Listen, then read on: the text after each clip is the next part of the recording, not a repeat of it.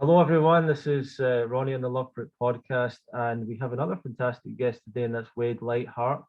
And Wade is a three-time Canadian natural bodybuilding champion and one of the world's premier authorities in natural nutrition and training methods. He majored in sports science at the University of New Brunswick. He has authored numerous books on health, nutrition, exercise, and is sought out by worldwide by athletes and high performance orientated individuals. He is I believe the CEO of BioOptimizers is the company that you. Yep. And I believe that's to do with helping with digestion and things like that. And we'll maybe talk more about that. But Wade, thank you very much for joining us. And is there anything you'd like to say about yourself before we get into it? That's always a loaded question, right? Would you like to say anything about myself? All I can say is that I'm just grateful to be here, and hopefully we can add some elements that I've learned over the course of my career in health and fitness and vitality, how it pertains to transiting in and into a raw food diet. What's the advantages? What are the challenges? And maybe how to help people make a great move if that's one of their intentions. Awesome, that's fantastic. One thing I would say is that there's a bright light behind you. I don't know. Yeah. If I can move that right here. That we can really see you a lot better now, if that's okay. There you go. Excellent. It's the sun shining through the trees here in my office. Where is it? Where are you at the moment? I'm in Venice Beach, California. Fantastic, great. I mean, really cool. So, I guess we'll get into the bodybuilding and that aspect of it, because there's a lot of people that obviously would question whether someone could be a bodybuilder on even a vegetarian diet, vegan diet, whatever. But where did it start off for you? Did you grow up on a totally conventional diet or something a little bit different? Yeah. So, I grew up in New Brunswick, Canada, which is close to the U.S. border of Maine on the East Coast. So a northern country, you got 6 months of winter basically. And I had a couple advantages and a couple, unknowns. My parents always grew a garden. That was common, I think. So I had the advantage of understanding how food is actually produced and grown.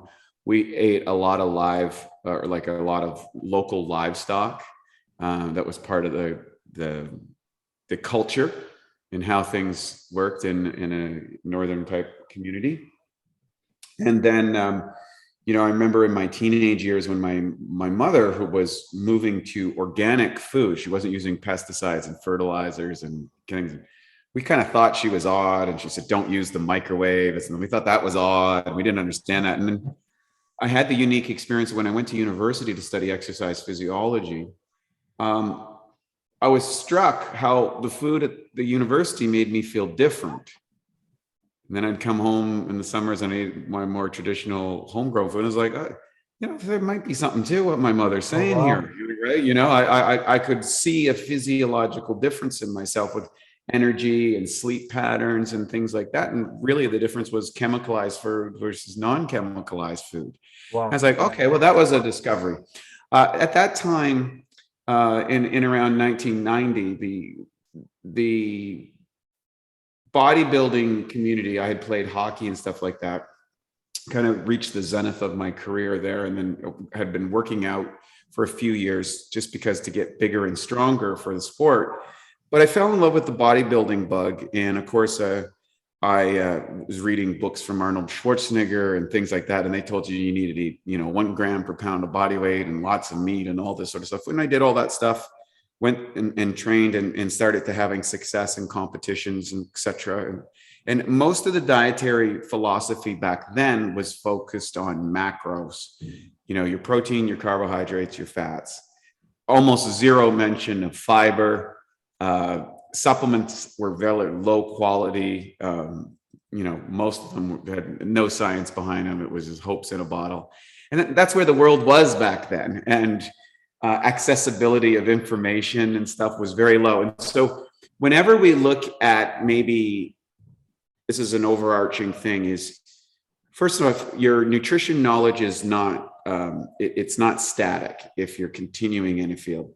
The second thing is that people are highly influenced by the culture that they live in, and they tend to seek out reaffirmation of that. And as they move into another culture, that which they identify with before or become common, there'll be what appears to be inevitable conflicts in thinking and feeling or within the social structure, which can be distressful.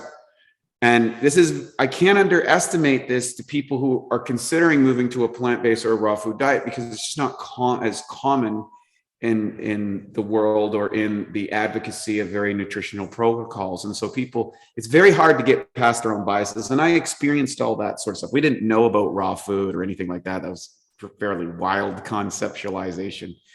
But as I moved through my career and ended up becoming a personal trainer and fitness advocate, I got into Eastern philosophy and meditation, spent time in ashrams and things like that, and found out that there was, in the Indian culture, becoming a vegetarian was actually more common than not being a vegetarian. And so this opened up a whole new vista of questions and conflicts in my mind. It was like, well, how's that possible? And around 2000, so I'd be in my around 28, 29, I had decided that I would experiment with a plant-based diet. I read a book called The Holy Science.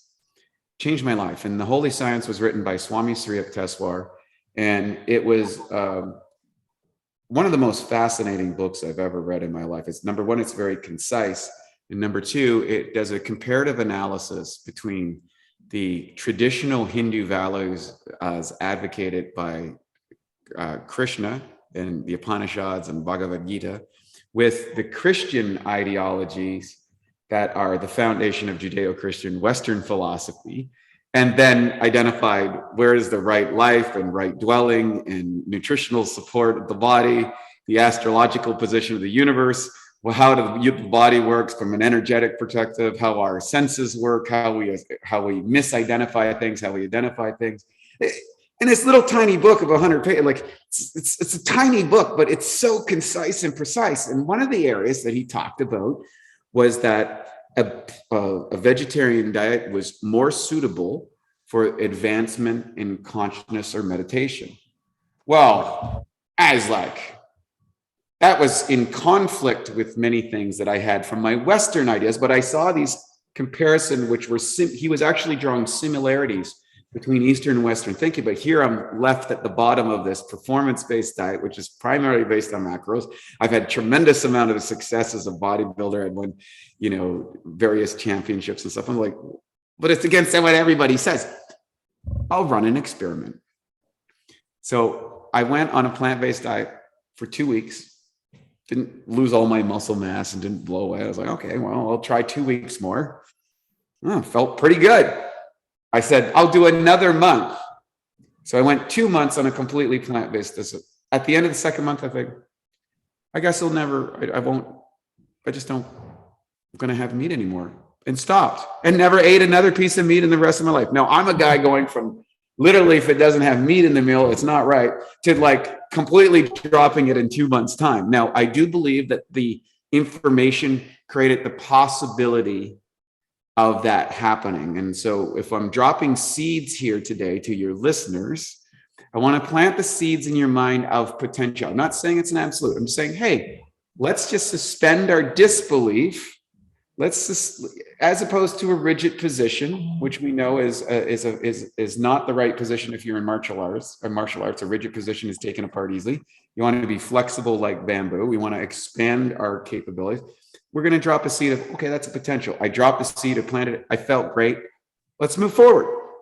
Then I got this idea, well, wait a second. Now, I haven't actually competed on a bodybuilder. I had stopped competing for a while, and I thought, well, because all my performance-based said, well, you can't be successful as a bodybuilder on a plant-based diet. Yeah. And I'm like, well, do we actually know that that's true? Common common beliefs doesn't necessarily mean it's truthful, nor does success or failure in an endeavor related to dietary philosophy indicate that that dietary philosophy is the ultimate level of truth. It's a relative level. Well, let's run another experiment. Let's see if I can actually win a competition, or at least get in condition, a reasonable level of successful bodybuilding condition, a plant-based diet. And I did that. I went after it. And the next year I won my first competition and came second in the Western Canadians to what I feel was the best athlete at the time in all of Canada. And then I went another year and I won that competition. And then I won the national championship. And then I ended up at the Mr. Universe contest in Mumbai, India, on a plant-based diet. So right there, I was one of the few people in the history of the world that had actually competed at the Mr. Universe on a plant-based diet. I think there might have been, it's a handful of people who have done that. And I'm like, wow, that's interesting. But, and I want to put a big but, I was trying to apply what I would call a meat-eating mentality to my plant-based performance diet. And so I had elements of mixing the two, and that set me up with some conflict, which led me to a raw food diet. And what happened was after the Mr. Universe contest, I gained 42 pounds of fat and water. I just went into this kind of inflammatory. Now, it's normal to gain a little bit of weight, but I just couldn't stop it. I was overeating. I was eating all these different foods I couldn't eat. I couldn't fill myself up. It was a disaster. And I met a medical doctor named Dr. Michael O'Brien, and who changed my life. First off, he was in his late 70s. He was the epitome of health. He was super vibrant. His skin glowed. His eyes could look through. He gave an entire seminar it was well over 8 hours. He didn't take a break. He didn't stop for food. He didn't lose any of his cognitive capabilities. I was like, this guy's amazing. And he talked about digestive health. He talked about the role of enzymes, the role of probiotics, how you had to get mucoid plaque out of your system, how toxins were disrupting your body. And I was like, well, and so he was on a raw food diet, and he was supporting that raw food diet, and he'd overcome cirrhosis of the liver, and he'd overcome cancer, and he'd helped Bernard Jensen, who wrote the book on digestive health, recover from cancer late in his life, which is recorded in one of Jensen's last book called Come Alive. You can read that, how he overcome paralysis and death with the guidance of Dr. O'Brien. And I went up to him and I said, Dr. O'Brien, I can't figure this out. I've been on this diet. I went to plant-based. I achieved what's considered the aesthetic ideas of human physiology, an aesthetic side. That's how one looks. And yet I've obviously missed something here. Like, even though I got the best coach, I got this discipline, I'm following everything. What's going wrong? And he changed my life. And he says, Wade, you've learned to build the body from the outside in, not the inside out. I'll show you how to do that.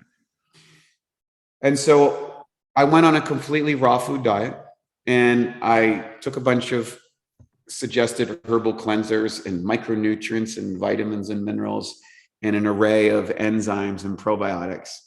And in 6 months, I recaptured my health. I recaptured my physique. Yet I had a new level of energy and vitality, and I'd say sensory perception that I didn't have prior to. And I was like, wow, this is amazing.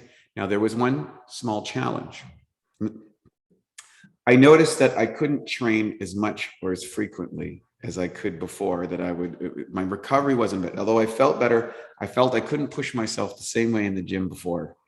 And I said, how am I going to do this? And so over the next 4 years, I began coaching clients all around the world. I'd started the company that was the precursor to Bioptimizers. It was called Massheim Zincs. We taught bodybuilders and athletes how to build performance-based lifestyle. And then I was continuing experimenting with plant-based and raw food diets, and sure enough, had success with that. I had lots of challenges. I stayed completely raw food for 2 years. And then I went cyclic raw food, that I would add a little bit of cooked food, more from a social perspective than anything else. Sometimes it's difficult on a raw food diet socially. I think that's one of the biggest challenges. And I also found it was way easier if I was in a warmer climate to maintain a raw food diet than it was to be in a hotter climate. And there's various things I've discovered about that. But ultimately, I got to the final thing. And then when I prepared for the 2007, I decided I'd make a comeback. And I did it on a completely raw food diet on an extreme level of training, won the national championship, and went back to the Natural Olympia on a raw food diet and competed on a raw food diet and placed 5th in the world, where I had 13th in the world before, and had achieved a physique that was comparable to my levels in 03 when I competed at the Mr. Universe the first time. So I figured it out. And from that point, I started, I wrote some books on that. I've written some books around bodybuilding, sports performance, but I wrote some books and became well known on the raw food circuit during that time and did all that sort of stuff. And I wouldn't say I'm a strong advocate for raw food or plant-based or anything else. I'm like, choose the diet that you want. But if you want to go down that road, there are a bunch of things that I suggest that people consider if they want to do that, how they can do that more successfully, what kind of things they need to support themselves with, and what things they might need if they're considering doing that on a performance base, athletic base, or in regards to building muscle mass or losing body fat. And so that's been the journey. And and now I'll be turning 50 in a few weeks. And on the picture of health, I'm in extraordinary physical condition, and I feel very fortunate for the journey.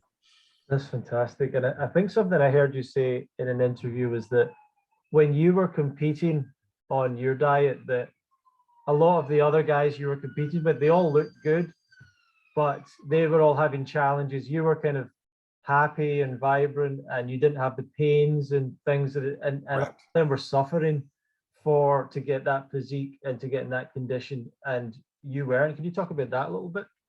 Yeah. So one of the problems of a high protein diet, which is common in that area. So the benefit of a high protein diet from a performance physique advocacy, that's getting what I would call let's back up. First off, I want to be clear. Competing in a bodybuilding competition has nothing to do with health. There is a set of fitness prerogatives that are allowing you to treat less than healthy levels of body fat and excessive levels of muscularity in order to achieve an aesthetic idea. Okay.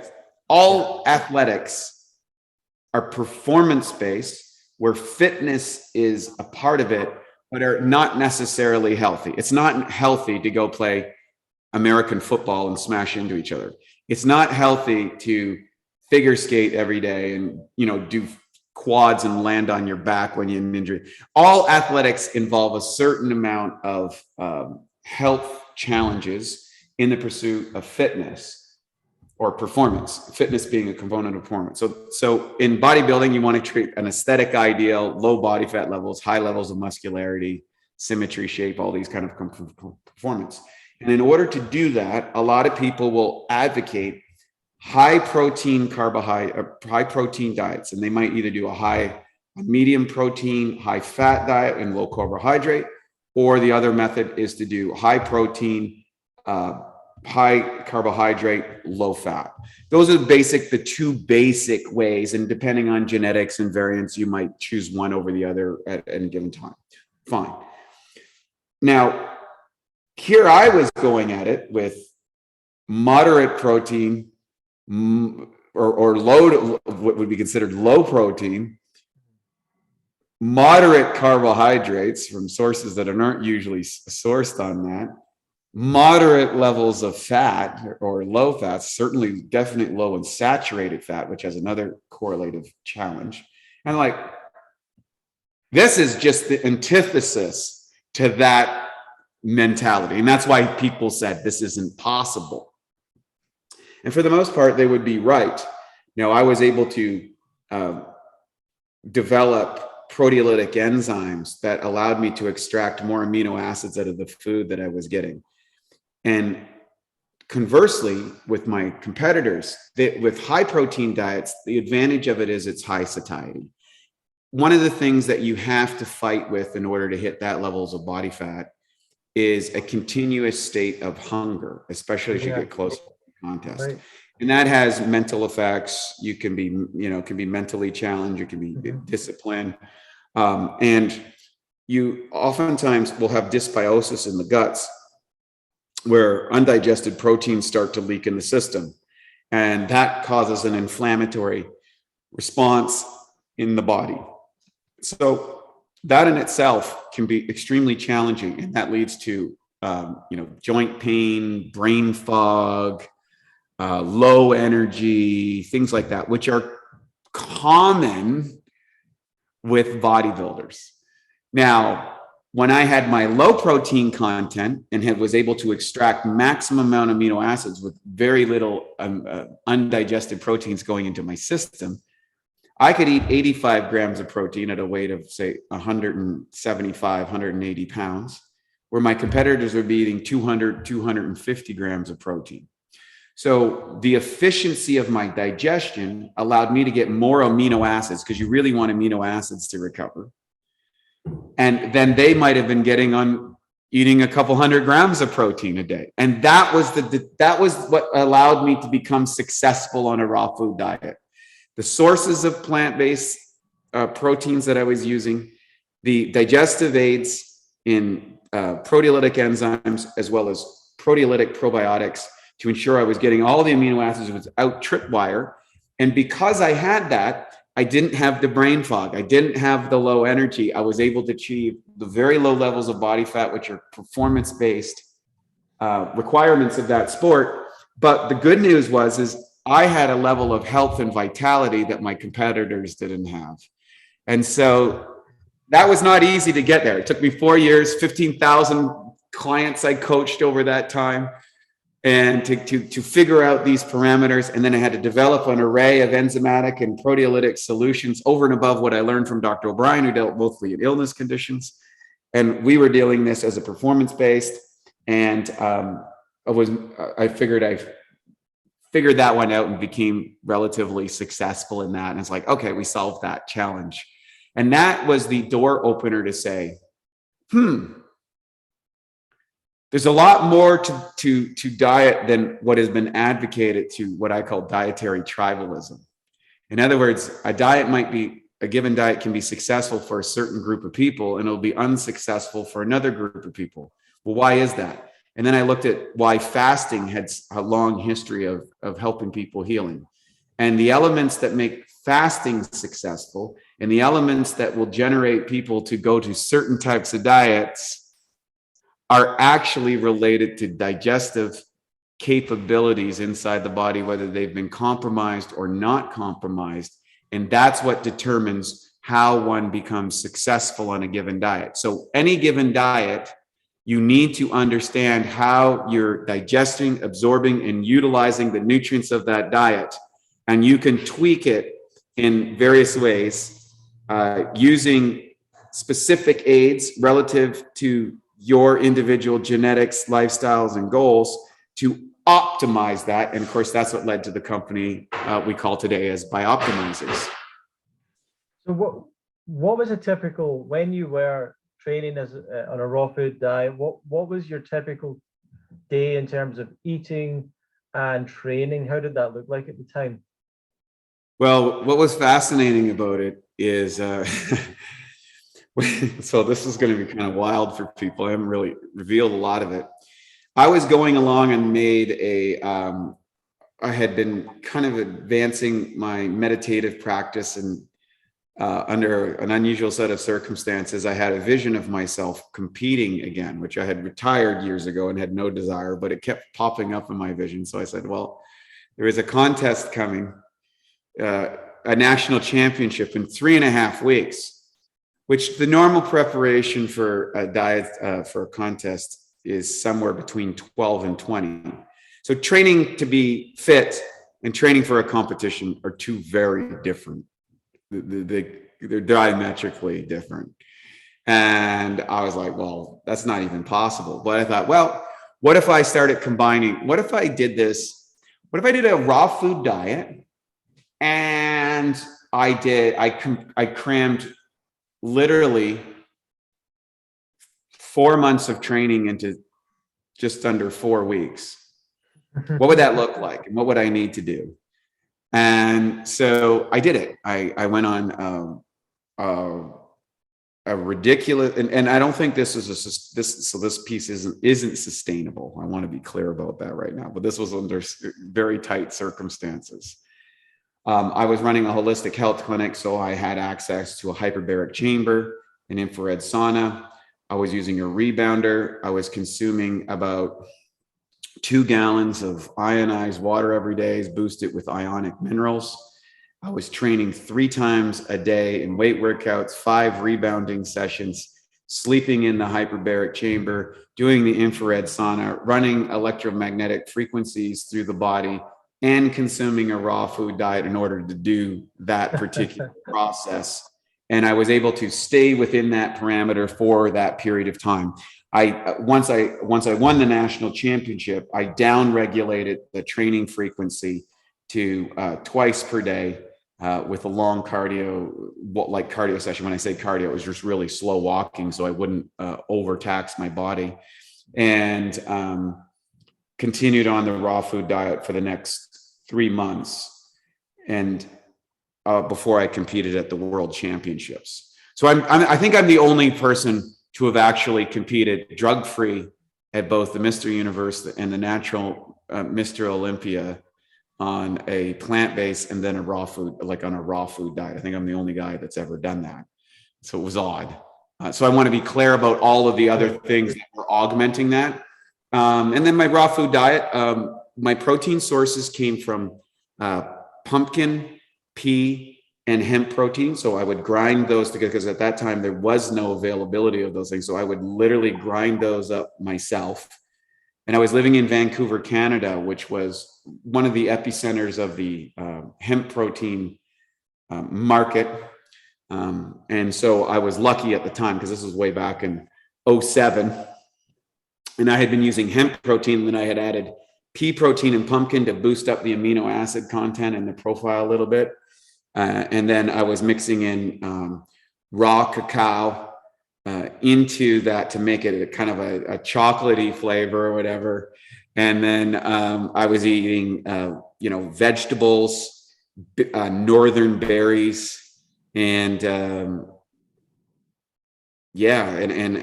a little bit of raw pressed hemp oil for fat. So I was using the hemp oil, which was a good blend of 369s to keep my saturated fats, to keep my hormones stabilized, because that's an issue on a raw food diet. If you really got to pay attention to your saturated fats to manufacture your hormone capabilities. And then low glycemic type carbohydrates, fruits, berries, things like that. And then, post workout, I would have maybe 6 dates in conjunction with my, because I want a little bit of more faster acting carbohydrates.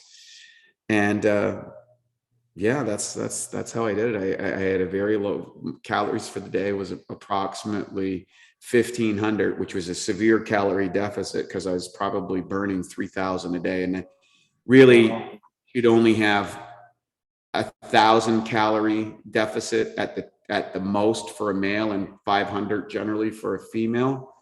And I was really pushing the envelope, but I was also bolstering my life with those other elements that gave me that extra 500 calorie window. I don't recommend that. I just want to be clear to people as a long-term strategy for health and vitality. I think that would be counterproductive, but it was what I needed to do to be at a world championship level under that time. Prior to you, and I guess you might have looked into this, is there any history of vegan, vegetarian, raw food bodybuilders? Maybe not 100%, but has that been a part of the bodybuilding world at all in the past? The only person that I'm cognitively aware that had a tremendous amount of success as a vegetarian was Bill Pearl. And he wrote a great book called Keys to the Inner Universe. He's in his 90s now, and an extraordinary physique. Now, unlike myself, Bill Pearl had extraordinary genetics for bodybuilding. He was a naturally muscular guy and built muscle relatively easy, and had phenomenal physical capabilities. He also became a success later on. After he retired, he also became a successful cyclist, and he's a very interesting character, actually. His book Keys to the Inner Universe and his other book Beyond the Universe are beautiful books. Not only, he also has a spiritual teacher from India who has helped him in his meditation, and he lives a kind of almost monastic style mystical life in Oregon. And he's a very interesting character to get into all that stuff. And then there was another athlete, I believe, by the name of Andreas Kaling, who was a vegetarian that had competed at the Mr. Universe, Mr. Olympia. Now, of course, Bill Pearl says that he wasn't using anabolic steroids. Kaling never said that. I think that he probably was, based on his physique and where he was. And then myself, I wasn't using anabolics, and that's a big factor also in the support of muscle tissue. So if I, for example, right now I'm at a body weight of around 180 pounds at 5'8", single digit body fat levels, which is about my peak that I can achieve for someone my age on a drug-free bodybuilding type style of training and diet. And I have a business now, so it's not as focused as before. But if I was to say add even testosterone replacement at my age, because my testosterone levels are declining as they do as they age, I would probably be 7 to maybe 15 pounds heavier. My weight would probably be in the high 180s to mid 190s, just on testosterone replacement alone, because of the anabolics. And if I was on anabolics, my body weight would probably be anywhere from 205, maybe even as high as 218, 220. It would probably be that, which if you actually look at muscle mass, you know, someone my size probably has 65 pounds of actual muscle tissue that's in the lean body mass. If you're doing a DEXA scan with bone, organs, maybe 65 pounds of muscle tissue. So to add an extra 10 pounds of muscle tissue or 15 pounds of muscle tissue would actually represent a 20 to 35% difference in muscle mass, which is the difference between natural bodybuilders and athletes who are not. And then, of course, when you go into the highest levels of performance, you know, with the current Mr. Olympias today, they're probably carrying literally double the amount of muscle, and sometimes maybe even triple if you get to the top ranks of that, than a regular person. And that's why they look such extraordinarily different than the average population. And they're doing that through chemicalization in order to support that. So it does seem like what bodybuilders do. I mean, I don't know as much about it as you, obviously, but it does seem like quite a big risk. Some of them have not, seems like haven't done very well afterwards in terms of their health. Not just, I guess, the diet, but the physical excesses of certain things that they've done and the exercise. I seem to have seen some of them have either not lasted very long, longevity wise, or they've had damage. Have you seen any of that, and what do you think about that? Well, I always say to people, are you a fan of, say, Formula One racing? One of my favorite athletes was a fellow by the name of Ayrton Senna, oftentimes considered one of the greatest, drivers ever. Sure. He ended up dead from his career. If you look at the average career of an NFL football player, which is very popular, one of the most popular sports in the world, the Super Bowl being probably the most watched sporting event in the world, I think the average lifespan of an NFL football player is in the mid 50s. A lineman, for example, is in the equivalent of 10 to 12,000 car crashes. If you look at the Dublin Inquiry, which investigated Olympic athleticism after the Ben Johnson tested positive for steroids, and Linford Christie, the British athlete, later said, well, I wish all of the athletes' halos would fall down and choke them, because everybody was on performance enhancing drugs at that 100-meter final at that time. But Johnson was obviously tested positive, and the inquiry did some interesting thing. I had a professor on that inquiry, and he said, well, you know, they did a survey of these Olympic athletes, and I believe the numbers, and I'm paraphrasing here, so I might be somewhat off, but it was about this, that they polled the athletes and they said, if you could take a drug that would not be detected and you would win the gold medal for sure, but you had a 95% chance of dying in the next 5 years, would you do it? And the answer was, most of them said yes. Wow. Almost every one of the athletes said yes.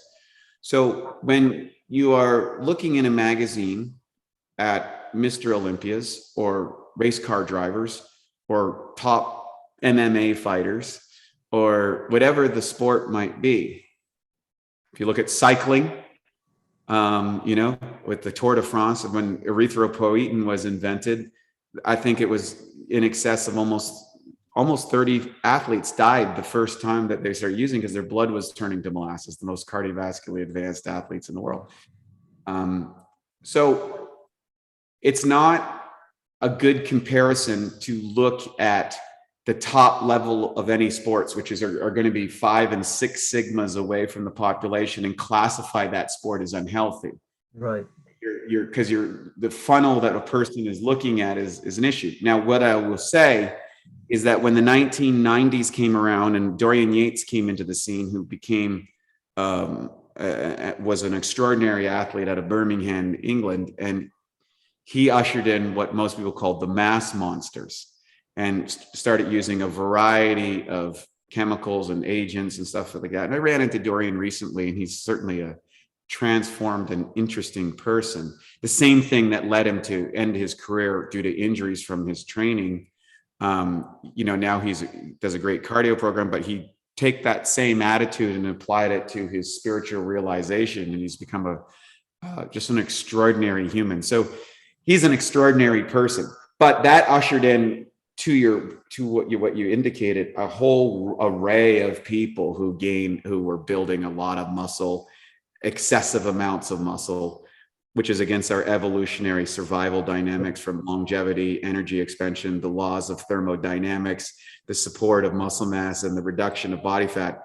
Those are all counter to evolutionary biology. So the bodybuilder per se is the original biohacker who is going against evolutionary biology to achieve a certain outcome. I was wondering, this is something that I've always thought, and I don't have a lot of experience with any of this stuff, but I've always wondered, what do you think is worse for a person's health? Or what do you think, if there are problems with athletes and high level athletes having having damage to their health over the long term, is it the anabolics or the other chemicals that they might take, or is it actually the diet? Because I've always thought that the diet they're doing must be pretty bad, like the very high protein diet, or the performance, or is it just a mixture of all of it? Is it a part of that picture that's the worst part of it? My belief, and keep in mind, I've been studying this now for 35 years. Mm-hmm. So, and I have a number of colleagues who are professional bodybuilders, and all of them will tell you the most challenging part of the sport is the diet that's related to it. And I would draw an example to bodybuilders and NFL linemen, and then sumo wrestlers. Sumo wrestlers die mostly before the age of 40, certainly before the age of 50. The life expectancy of a sumo wrestler is about half the age of a Japanese citizen. Wow. Okay. And they have to eat very special things to achieve high levels of muscle mass and body fat. Well, NFL linemen are involved in also eating a tremendous amount of food to support that. They also have a low life expectancy in the mid 50s. And then you have bodybuilders who many die early, or certainly don't have a life expectancy that extends beyond the average citizen, which you would think they're practicing all these exercise components. And I'm talking about professional level caliber athletes. But all of them say the same thing. The hardest part of their sport is the consumption of the food to support that level of muscle mass. Wow. And that level of exercise output. And I believe that all disease begins in the gut. I believe that the overstuffing of the system with tremendous amounts of food puts strain on that. And that's why I began to implement regular fasting into my diet, lowering my caloric intake, moving away from animal-based proteins. And if we look at Bill Pearl, who's in his 90s, plant-based guy, meditative guy, didn't do the drugs, and has extended his life above and beyond, as have many of his students who have extraordinary levels of health on a plant-based diet. So to me, although the jury's not out, and I'll get back to you when I hit 100, I think that there are clues here that are leading to be that it's the digestive stress that is contributing to the problems. And if you add anabolics or various other chemicals, then you're amplifying your risk profile for the person for sure. Yeah, this is really interesting. Thanks for that, Wade. I guess I was wondering if you think that that's one of the reasons, like if someone was to say we don't see as many raw or plant-based, bodybuilders, as part of that, I was wondering if it's in conflict in a sense with the dietary philosophy. Like a lot of people that are getting into plant-based and into raw foods are looking at it through the health perspective, and there's a conflict there, as you were kind of saying, between health and performance. Yes, absolutely. Health and performance are not the same aspects. And one of the things we identified in our book, Sick to Superhuman by Optimizers, is we have a triangle. And in that triangle, there's 3 general areas that people are moving towards. One is aesthetics, one is performance, and one is health.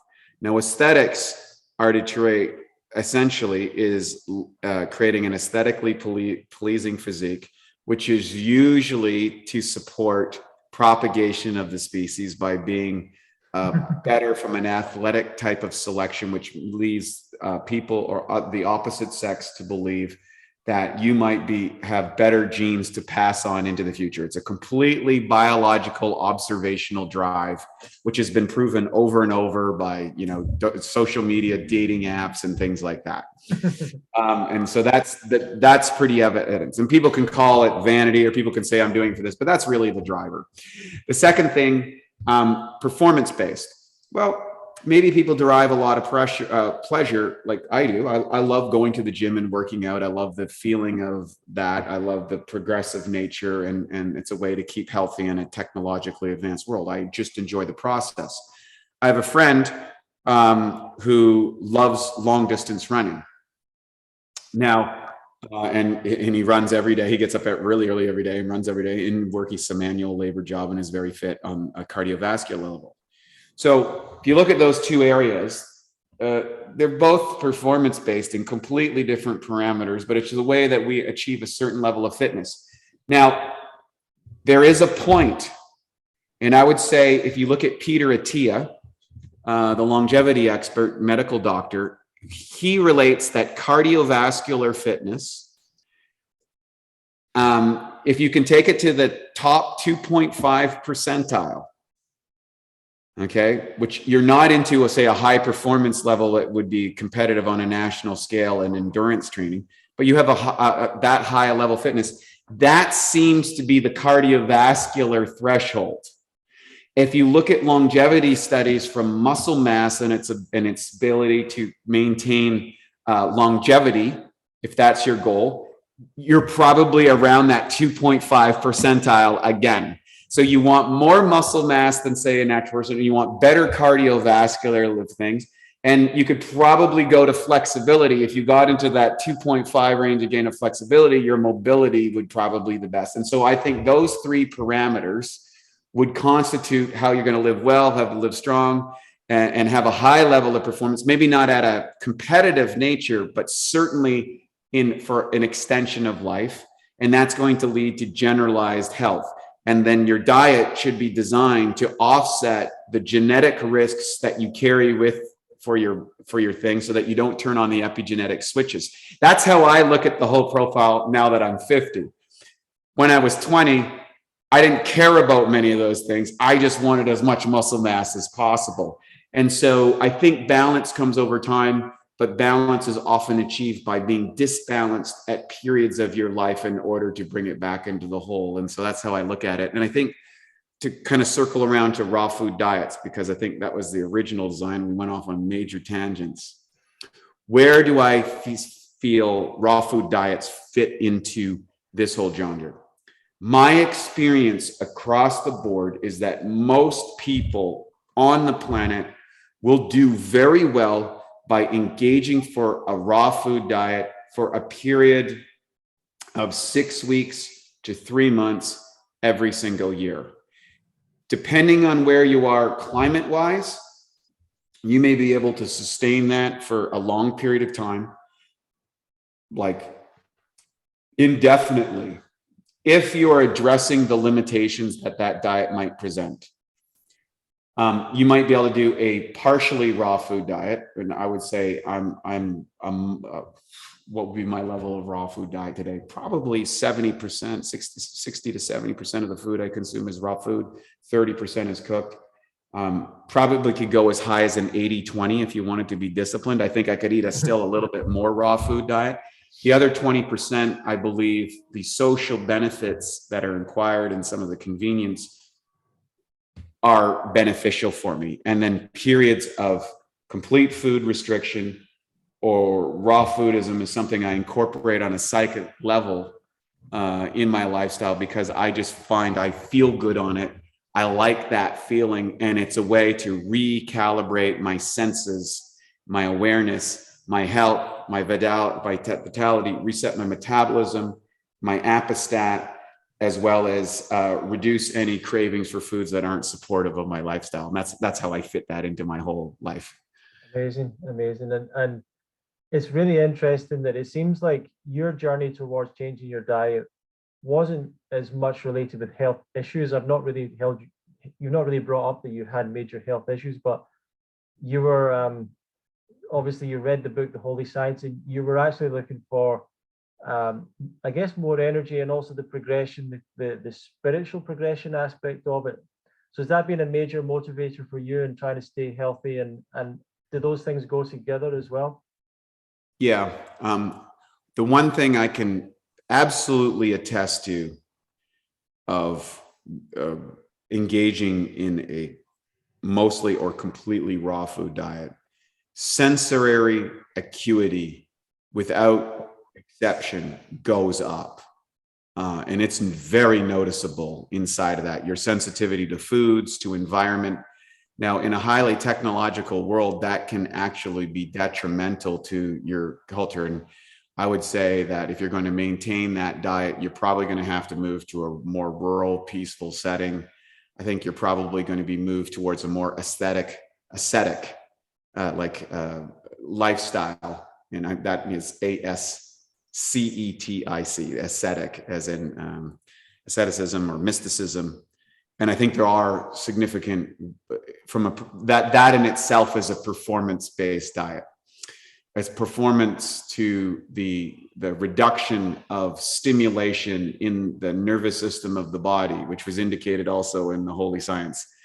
Eating less, eating more natural food states, moving one's life to a more rural and subtle setting where the overload of overt sensations are limited, so that you can tap into the more finer elements of human spirit, consciousness, and things like that. And so I do believe that is a pathway to that. It's not an absolute, but I think it certainly can help in those areas. And that's been my experience.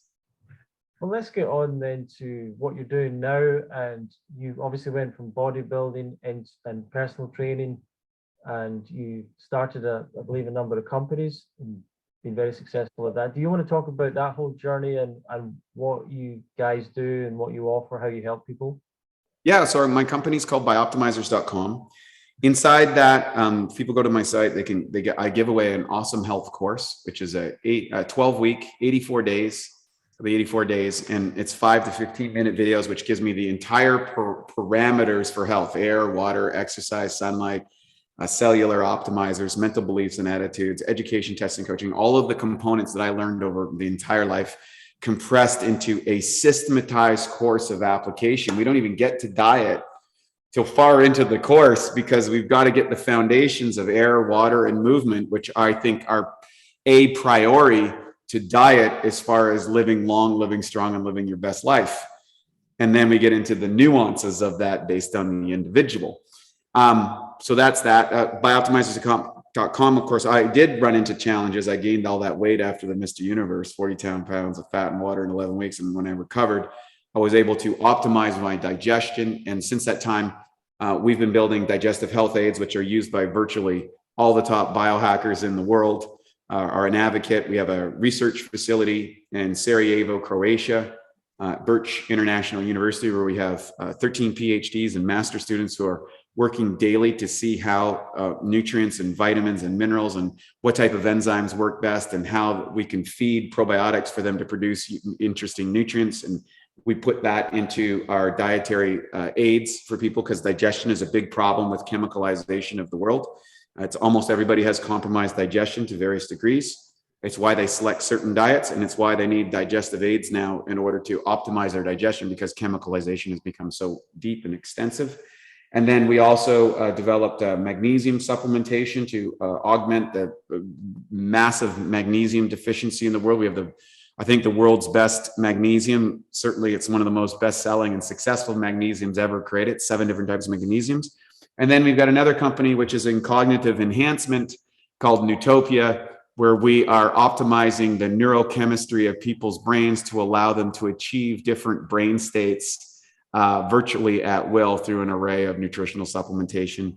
And then, we write books, courses, educations. I have a podcast because the Ultimate Health podcast. We have a bio tribe where we kind of exchange ideas in a Facebook group. And just did a seminar last night, which is great on these things. And yeah, that's kind of what we do. And that's how we go at it. And it's a lot of fun. And I love helping people. We've literally helped tens of thousands of people literally every month now live a better life. And that feels really good. That's fantastic, Wade. How would people, so it's BioOptimizers, is that the best place for? Yeah, just go to byoptimizers.com. That'll get you in there. If you want to try any of our products, you can put Love Fruit 10. You get a 10% discount. You go to byoptimizers.co.uk. If you're in the UK, our partners over there are awesome.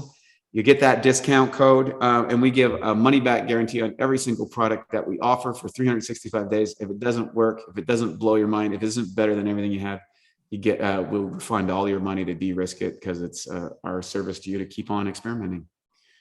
Thank you very much, Wade. I was wondering if we could finish off, if you could give some advice for people that are starting off, whether that's in physical fitness or in just the diet or in health. For the beginners, what would be your advice? But also for the people who are already on this journey and maybe even on a bodybuilding journey and want to take it to the next level. Maybe you can leave us with some last minute advice for those two types. I'll be real quick because I got to jump on another podcast, but I would say open your mind. Don't take a rigid position. Follow a mentor, someone who's producing the results that you want to do. Experiment for a period of 3 months to a year before moving on, at least to another mentor. And then play with contra narratives to your health. Don't just assume because you read something or heard something or saw success in someone else that naturally applies to you. Or conversely, just because someone condemns a certain area doesn't mean that that's not right for you. And so try to remain flexible, open, experiment, find mentorship. It's the fastest way to cut the learning curve and never stop learning. And you'll make the journey enjoyable as opposed to being conflictive, which so many people are doing today. Thank you so much for joining us, Wade, and everyone who's watching and listening. Please feel free to like, share, subscribe, and check out Bio Optimizers. And we'll see you in the next episode of the Love Fruit podcast. Thank you very much. Thank you, sir. Take care. Have a great day.